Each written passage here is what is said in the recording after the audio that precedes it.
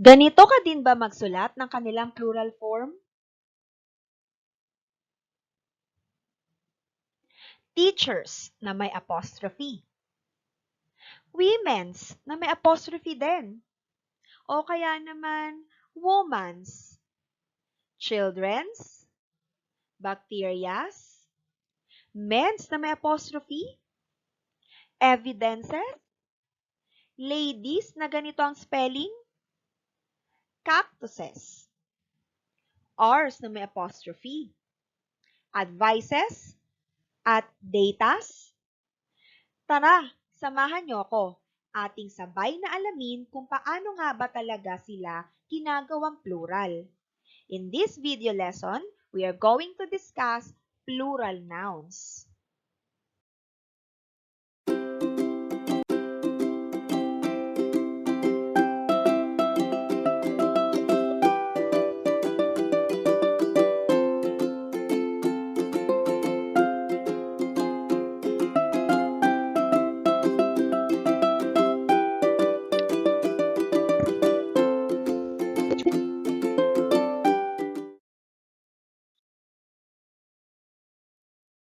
Welcome, my dear learners, to our new video lesson. In this video lesson, we are going to discuss plural nouns. Let's have again the definition of nouns. Nouns are names of persons, places, things, animals, ideas, and events. The key word for nouns is name.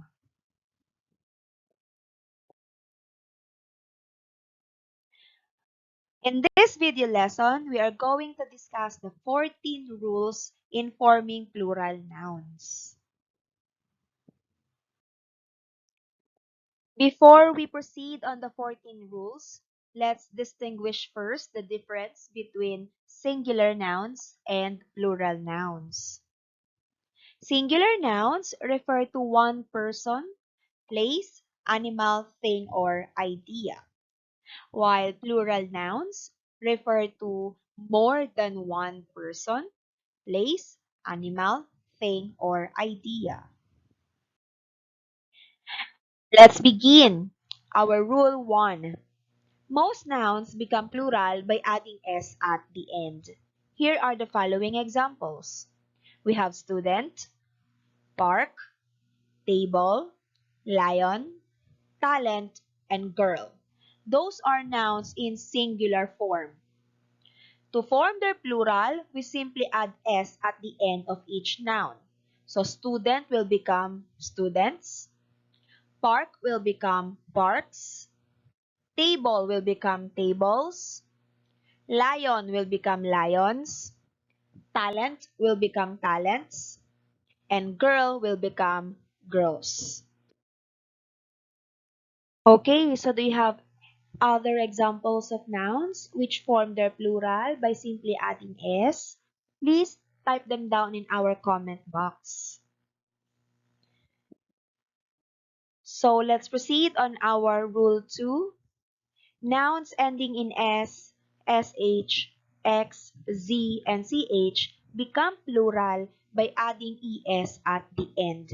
So we have to take note on the last letter of these nouns. If the nouns end in s, sh, x, z, and ch, we simply add es to make them plural. So here are the following examples. We have boss that ends in s, brush that ends in sh, church that ends in ch, buzz that ends in z, and fox that ends in x.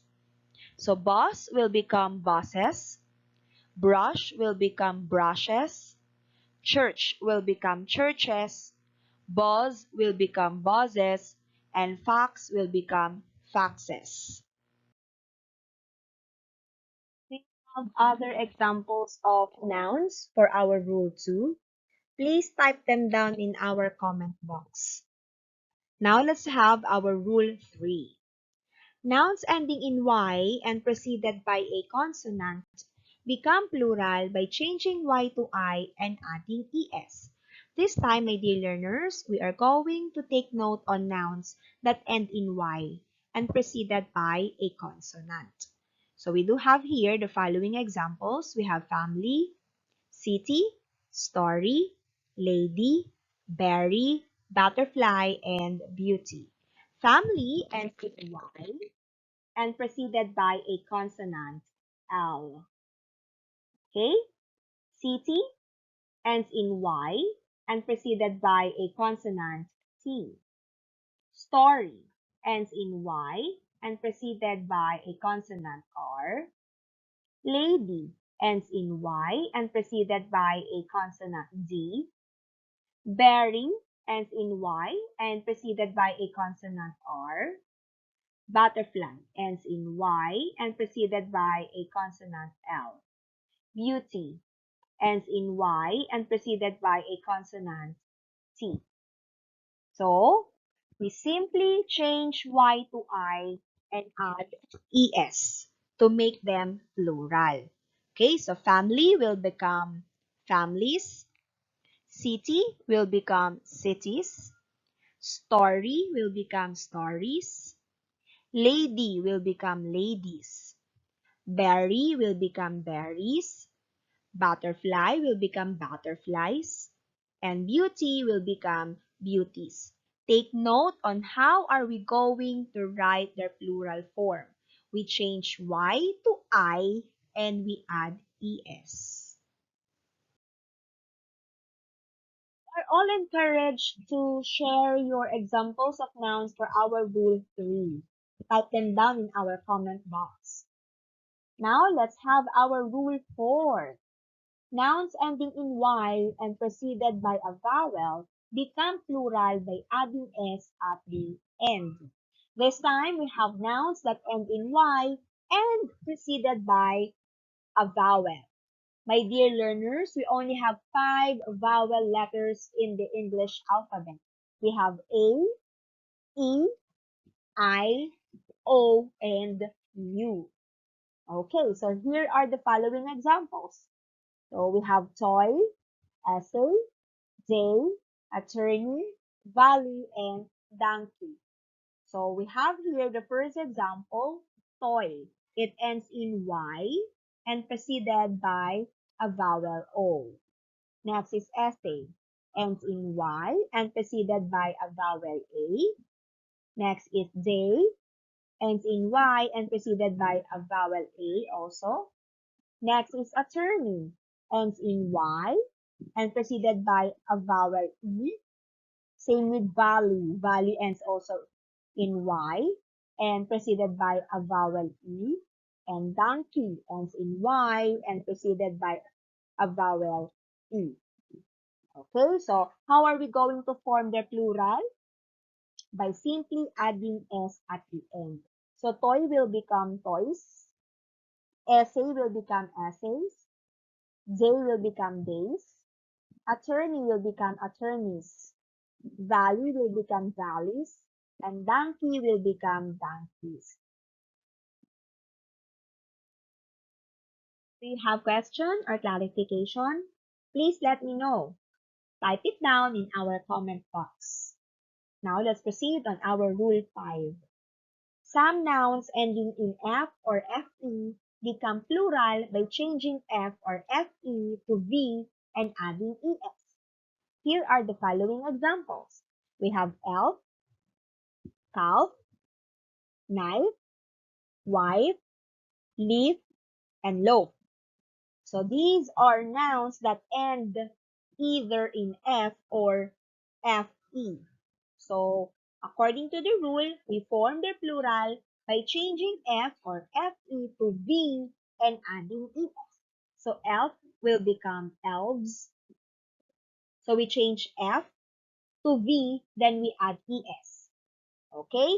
Then calf will become calves. Knife will become knives. Wife will become wives. Leaf will become leaves. And loaf will become loaves. Okay, now let's proceed on our rule 6. All nouns ending in O and preceded by a vowel become plural by adding S at the end. Here are the following examples. We have radio, barrio, igloo, studio, zoo, and video. So for the first example, we have radio. It ends with the letter O and preceded by a vowel I. Next is barrio. Again, it ends in O and preceded by a vowel I. Next is igloo. It ends in O and preceded by a vowel O. Next is studio. Ends in O and preceded by a vowel I. True. Ends in O and preceded by a vowel O. Next is video. Ends in O and preceded by a vowel E. So to form their plural, we simply add S at the end. So radio will become radios, barrio will become barrios, igloo will become igloos, studio will become studios, zoo will become zoos, and video will become videos. Okay, so if you have examples of nouns for our Rule 6, please type them down in our comment box. For our Rule 7, nouns ending in O and preceded by a consonant become plural by adding ES at the end. So we have here examples: tomato, potato, mosquito, volcano, tornado, and echo. So these are nouns that end in O and preceded by a consonant. Okay, so we have here the first one, we have tomato. So it ends with O and preceded by a consonant T. Next is potato, ends in O again and preceded by a consonant T. Same with mosquito. So it ends with O and preceded by a consonant T. Volcano, we have here the last letter O and preceded by a consonant N. Next is tornado, we have here O again at the end and preceded by a consonant D. For echo, we have here the last letter O and preceded by a consonant H. So we simply add ES at the end to form their plural. So we have tomato for singular, and then for plural, we have tomatoes. We add ES. Potato, we have potatoes. Mosquito, we have mosquitoes. Volcano, we have volcanoes. Tornado, we have tornadoes. And for echo, we do have echoes. Take note, my dear learners, for our Rule 7, there is an exemption to the rule, meaning some nouns ending in O and preceded by a consonant become plural by adding S only at the end. Okay, if you would like to recall, Rule 7 says that nouns ending in O and preceded by a consonant become plural by adding ES. But this time, since this one is an exemption to the rule, it does not follow the rule. Okay? So there are some nouns that end in O and preceded by a consonant become plural by adding S at the end. So I have here 3 examples. We have piano, logo, and photo. So for piano, it ends in O and preceded by a consonant N. Next is logo, ends in O again, and preceded by a consonant G. For photo, we have here the last letter O and preceded by a consonant T. So, we simply add S to these nouns, okay, to make them plural. So, piano will become pianos, logo will become logos, and photo will become photo. Okay, so if you are tired and you want to stretch and drink and eat something, you may do so. Just simply um, pause the video for a moment, and then once you are ready, you may continue playing the video. So for our rule 8, few nouns become plural not by adding s or es, but by changing the spelling. They are called irregular nouns. These are the following examples: tooth, foot, woman, child, man, goose, mouse, and ox. So tooth will become teeth. So tooth is singular and then teeth is plural. Foot will become feet. Woman will become women. Child will become children. Man will become men. Goose will become geese. Mouse will become mice. And ox will become oxen. Take note on how we form their plural. We change their spelling. Okay, so this time, we're going to use some of the irregular nouns in sentences. Okay, so we're still on rule 8. I have here the first example of sentence. Women deserve to be respected. Women there is the plural form of woman. Okay, next sentence. The women's tournament in volleyball at the 2020 Summer Olympics was the 15th edition of the event at an Olympic Games. As what you have noticed here, we have here women's with apostrophe S. Okay? So we have here women's with apostrophe S. So that one is not the plural form of woman. Okay? Because the plural form of woman is women. Now, we add apostrophe S here to show possession, to show ownership. Okay? So that is for possessive noun. So we have here apostrophe S because we want to show that there is a possession. And what is that possession? Tournament in volleyball. Meaning that tournament in volleyball is for women. Okay? So that is the difference between women and women's. Let's have other examples of sentences. We have the first one. The children play in the park. So children here is the plural of child. So do not say children's because children is already plural. Okay? Next example of sentence. The children's rights should be widely known by all people. So children's here with an apostrophe S. Okay? So we have here children with apostrophe and S. Okay, this one. So children's here is not the plural form of child. Okay? So children's here is a possessive noun. Same with women's with apostrophe S. So children's, okay, again is a possessive noun. So what is being owned by these children? The rights.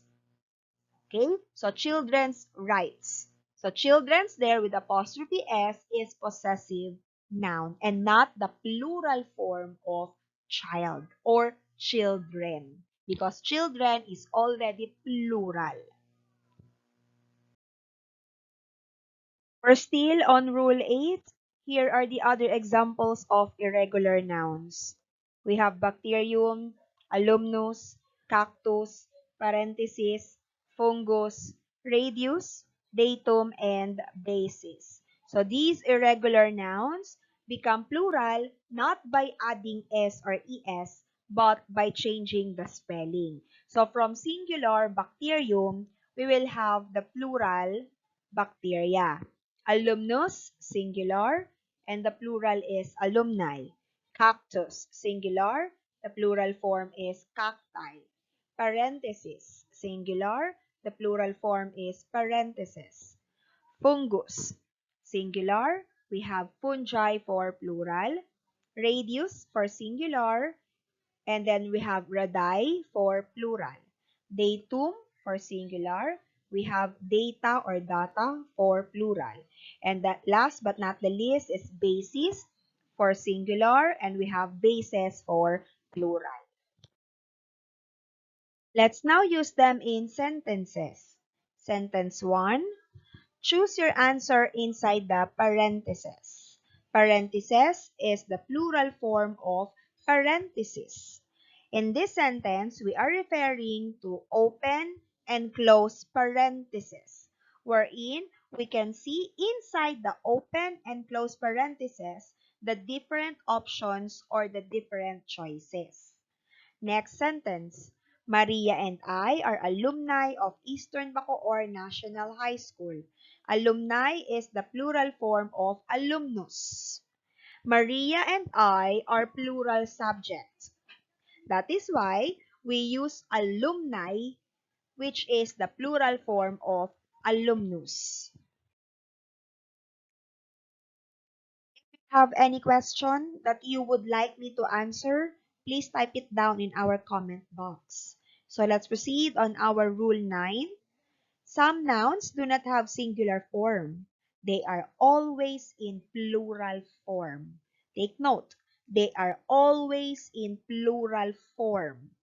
And these are trousers, shorts, scissors, pliers, pants, goggles, eyeglasses, tweezers, spectacles, other term for eyeglasses, headphones, and jeans. So do not say trouser, say trousers. Do not say short because that would be a different term or a different word. So shorts, scissors. Do not say scissor. This is the most common mistake of anybody. Okay? We used to say scissor instead of scissors. So always say scissors. Pliers, not plier. Pants, not pant. Goggles, not goggle. Eyeglasses, not eyeglass. Tweezers, not tweezer. Spectacles, not spectacle. Headphones, not headphone. And jeans, not jean. As what you have noticed on the following examples, they always come in pair. That is why they are always plural in form. Our rule 10. Some nouns are plural in form but singular in meaning and use. Take note.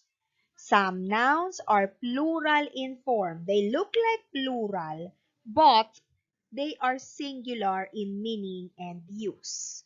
And these are news, mumps, missiles, aerobics, civics, economics, mathematics, and physics.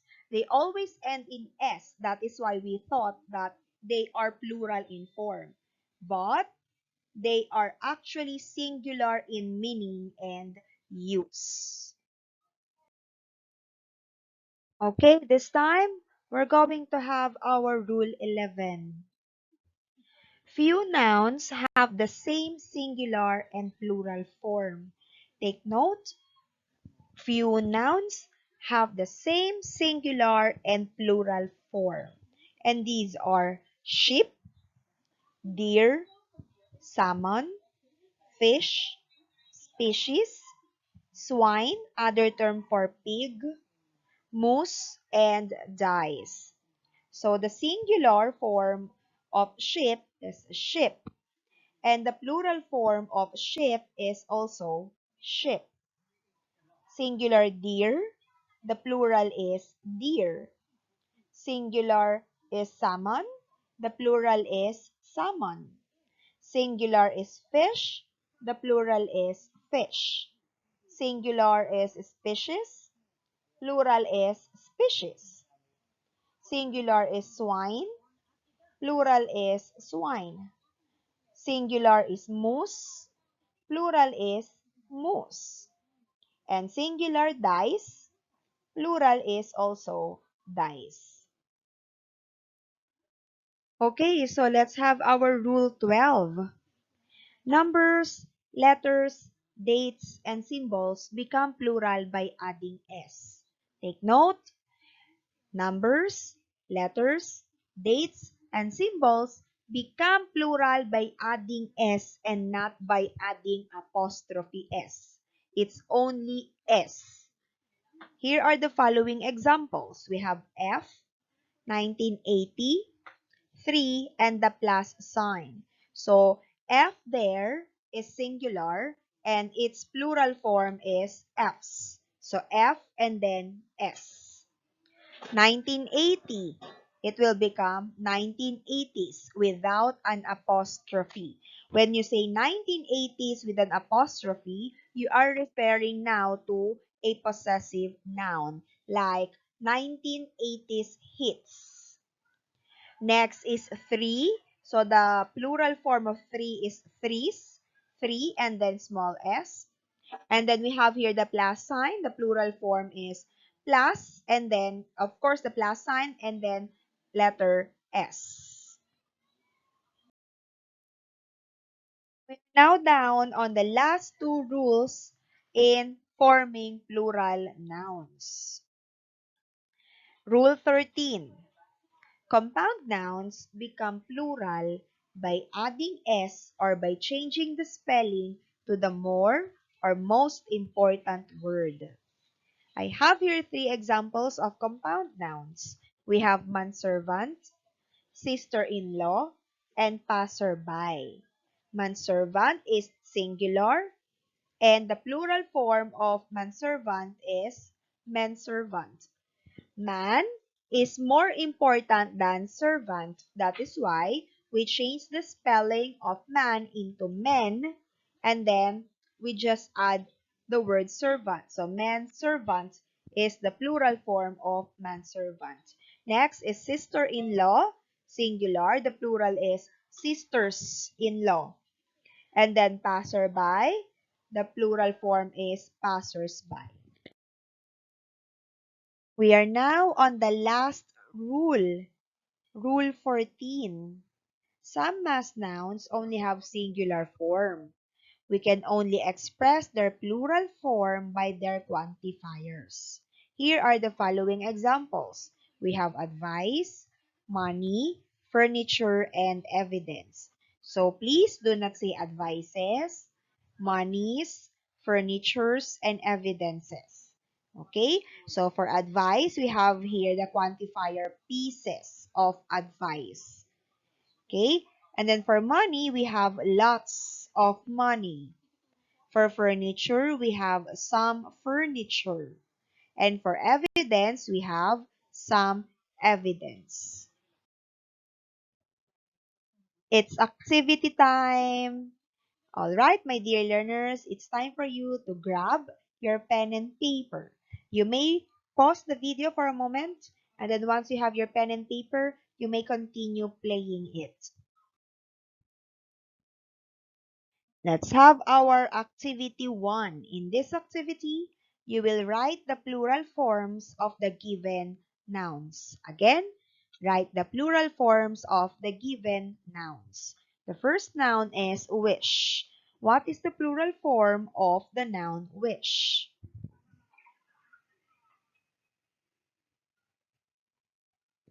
Okay, let's reveal the answer.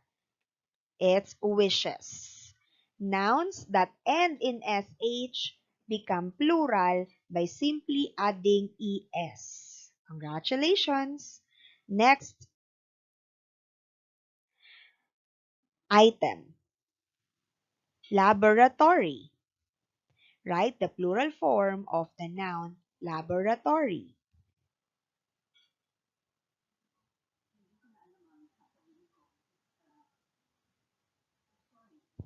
Okay, so let's check your answer. It's laboratories. We change Y to I and we add ES because the word laboratory is a noun that ends in Y and preceded by a consonant. Next item, mathematics. Write the plural form of the noun mathematics.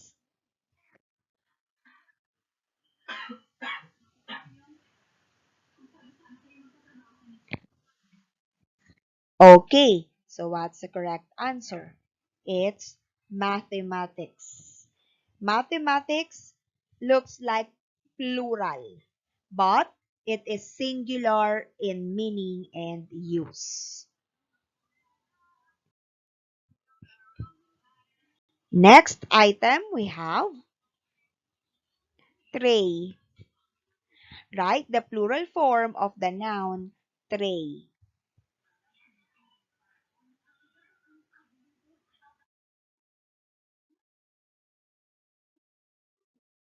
Okay, so the correct answer is trace. We simply add S because this noun that ends in Y is preceded by a vowel. So we simply add S, trace.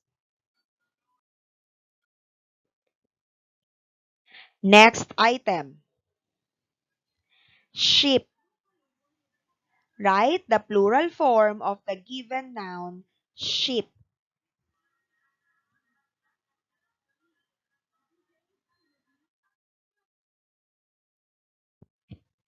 Okay, so the correct answer is ship. This is a noun that has the same singular and plural form.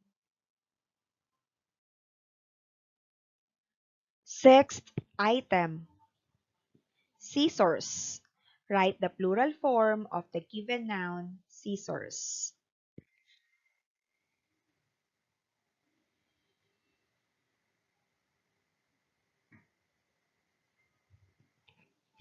Okay, let's check your answer. Is your answer also scissors? Congratulations! Good job, my dear learners. You are correct. Scissors always come in pairs. That is why they are always plural in form. Seventh item, we have woman. Write the plural form of the given noun, woman.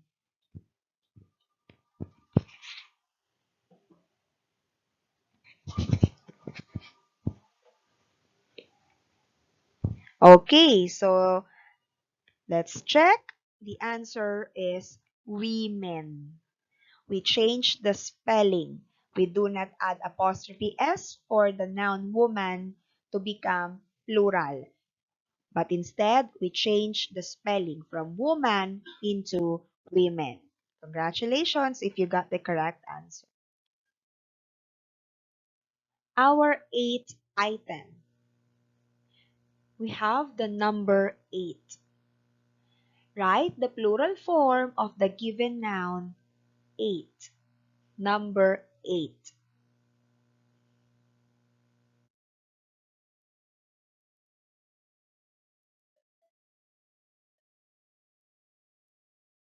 Okay, let's check your answer. The correct answer is eights. 8 with S without an apostrophe. Ninth item, market. Write the plural form of the given noun, market.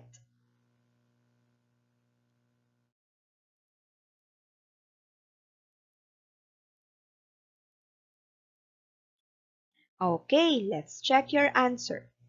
The correct answer is markets. We simply add S. The 10th and the last item for activity 1. Maid of honor. Write the plural form of the given noun, maid of honor.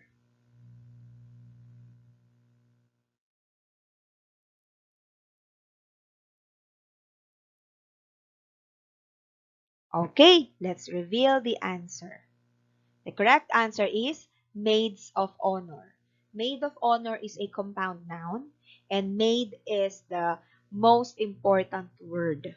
That is why we add S on the word maids. So maid of honor, singular.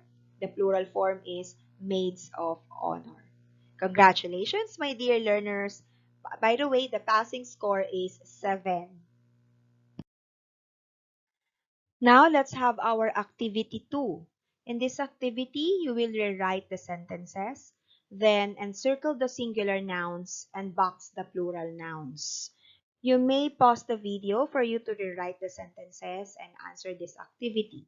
Once you are done, you may continue playing it.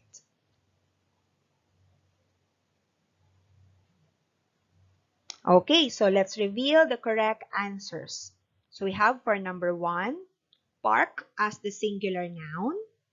And then we have children as plural noun. So children is plural of child. For number 2, we have news, singular noun. Actually, news looks like a plural in form because it ends in S. But actually, it is singular in meaning and singular in use. That is why it is a singular noun. Okay? Then we have here goggles for plural nouns, or for plural noun rather, because goggles always come in pairs. For number 3, we have mother for singular noun and tomatoes for plural noun. Next, for number 4, we have here name, okay, for singular noun, and J's for plural nouns, because in this sentence, we are referring to 3 J's. So that is plural. Then, for the last one, we have store for singular noun and shorts for plural noun. So, same thing with goggles. Shorts always come in pairs. Congratulations, my dear learners. Again, congratulations, my dear learners. Thank you. Thank you very much for staying with me.